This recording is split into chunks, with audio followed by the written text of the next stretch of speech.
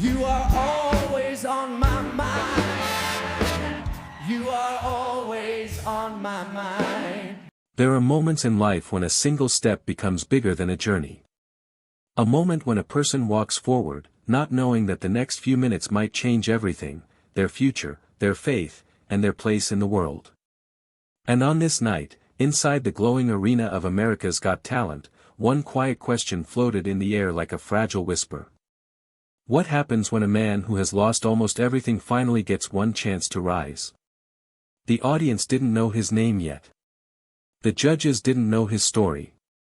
But from the dark entrance tunnel, Rico Navarro walked out with the slow, steady steps of someone carrying both hope and fear inside his chest. The lights above him shimmered like tiny stars.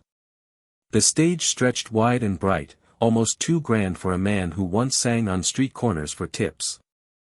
His jacket, inspired by Elvis, sparkled under the spotlights, but it was old, worn out at the edges, and carried the scent of long journeys and sleepless nights. Behind his nervous smile lived 1,000 memories. Some were beautiful, like the afternoons in Cebu when his father would play Elvis tapes while his mother cooked rice, her laughter filling the small house like music. But some memories were heavy, nights spent in cheap rooms after performing in bars where no one looked at him, early mornings when he counted his last coins, moments when he wondered if dreams were only meant for other people. Somewhere across the ocean, his mother Luz was praying for him. Her hands, tired from years of sewing clothes for neighbors, trembled as she whispered blessings into the night. She believed in him long before he believed in himself. By his side today was Marco, his childhood friend, loyal, quiet, carrying a strength that Rico leaned on without saying a word. Marco knew the secrets no one else knew, the fears Rico hid behind jokes, the heartbreak he buried beneath laughter. As Rico stepped into the center of the stage, the world seemed to pause. Every light focused on him. Every sound faded. And the question grew louder inside him. What if this moment could change everything? What if, for the first time, life was finally ready to give him a chance? He didn't know the answer. But he walked forward anyway. Because some dreams are worth risking everything for. Long before the lights of AGT touched his face, Rico Navarro belonged to a world far simpler than this grand stage. He grew up in a small wooden house in Cebu, where the sound of chickens outside mixed with the ocean wind and the steady hum of his father's old radio. On weekends, his father would play Elvis Presley songs on an old cassette player. Those melodies floated through the open windows, drifting into the coconut trees outside, and filling their home with a kind of magic that only music can bring. Rico, still a skinny boy with messy hair, would stand in front of the mirror pretending to hold a microphone. His father would laugh, proud and amused, while his mother clapped softly as she cooked. Those moments shaped him. They were the beginning of a dream he didn't even know he was building. But life has a way of changing without warning. His father passed suddenly from an illness no one expected. The laughter disappeared. The cassette player gathered dust. And Rico's world grew quieter, heavier, older. He watched his mother work long hours sewing clothes, her tired eyes hiding her pain, her smile still soft but no longer whole. As Rico grew older, he tried to carry the weight his father left behind. He worked on construction sites under the sun, lifting heavy cement bags until his hands burned. At night, he sang at small bars, where people were too busy drinking to notice the emotion in his voice. Yet he kept singing, not for the money, but because singing was the only thing that made him feel alive. His best friend Marco stayed by his side through every struggle. He was the quiet type, the kind of friend who didn't say much but behind his nervous smile lived 1,000 memories. Some were beautiful, like the afternoons in Cebu when his father would play Elvis tapes while his mother cooked rice, her laughter filling the small house like music. But some memories were heavy, nights spent in cheap rooms after performing in bars where no one looked at him, early mornings when he counted his last coins, moments when he wondered if dreams were only meant for other people. Somewhere across the ocean, his mother Luz was praying for him. Her hands, tired from years of sewing clothes for neighbors, trembled as she whispered blessings into the night. She believed in him long before he believed in himself. By his side today was Marco, his childhood friend, loyal, quiet, carrying a strength that Rico leaned on without saying a word. Marco knew the secrets no one else knew, the fears Rico hid behind jokes, the heartbreak he buried beneath laughter. As Rico stepped into the center of the stage, the world seemed to pause. Every light focused on him. Every sound faded. And the question grew louder inside him. What if this moment could change everything? What if, for the first time, life was finally ready to give him a chance? He didn't know the answer. But he walked forward anyway. Because some dreams are worth risking everything for. The moment had finally arrived, the moment Rico had imagined so many nights while staring at the cracked ceiling of his tiny rented room. As he stepped into the center of the AGT stage, the floor beneath him felt both solid and fragile, like a place where dreams were made, and sometimes broken. The lights dimmed slightly. The crowd grew quiet. Somewhere backstage, Marco clasped his hands tightly, praying in silence. Rico closed his eyes for a brief second, long enough to gather strength, but short enough to hide the fear rising in his chest. When the first strum of the guitar played through the speakers, it felt like the world had opened a small door for him. He breathed in deeply. Then his voice rose. It wasn't loud. It wasn't powerful. Not yet.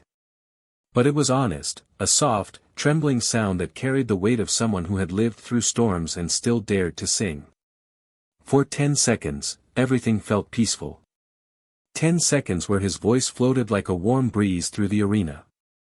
10 seconds where he believed, even if just for a moment, that he belonged here. And then it happened. A hand went up. Simon's hand. The music stopped abruptly, slicing through the air like a blade. The audience gasped. A sudden silence fell, the kind that makes the heart race and the knees weaken. Rico's breath caught in his throat. His fingers curled slightly, trembling. His heart pounded like it wanted to escape his chest. He wondered if this was it, if another dream was about to slip away, just like the auditions he had lost before.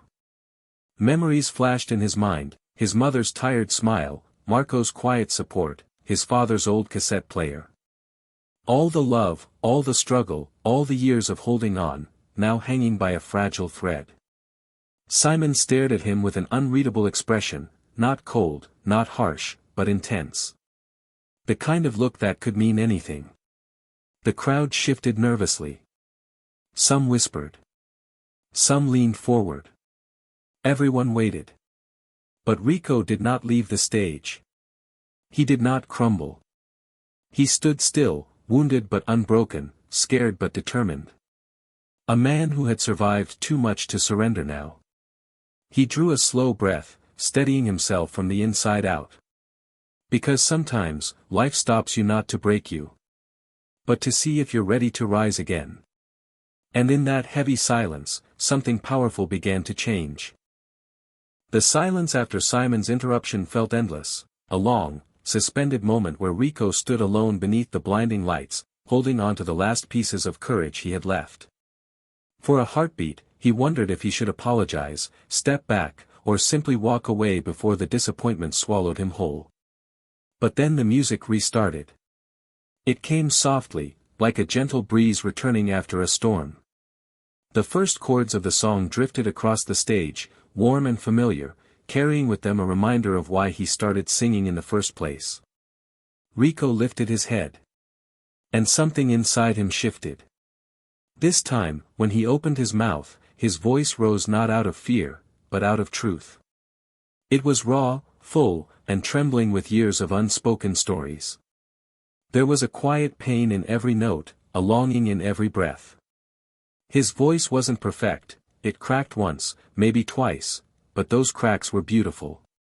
They revealed the human behind the performance. The crowd leaned forward, as if drawn by something invisible. His voice carried the echo of Elvis, the warmth, the grit, the soul, but it also carried something uniquely Filipino, a softness shaped by struggle, a tenderness born from family, a depth that came from surviving so much yet still choosing hope. Each line he sang felt like a message to someone he loved. To his mother, who waited at home with unwavering faith. To his father, whose memory lived inside every song he sang. To Marco, who believed in him even when he didn't believe in himself. The judges shifted in their seats. Their eyes softened. The arena, filled with thousands of people, felt strangely intimate, like a small room where one man shared his heart without saying a single word. Backstage, Marco bit his lip, trying to hide the tears gathering in his eyes. He knew this wasn't just a performance. This was a release, a lifetime of emotions finally finding a voice. As the music swelled, Rico gave everything he had, every memory, every fear, every dream, pouring it all into the final notes. By the time he reached the end, the air felt different. Lighter. Fuller. Changed.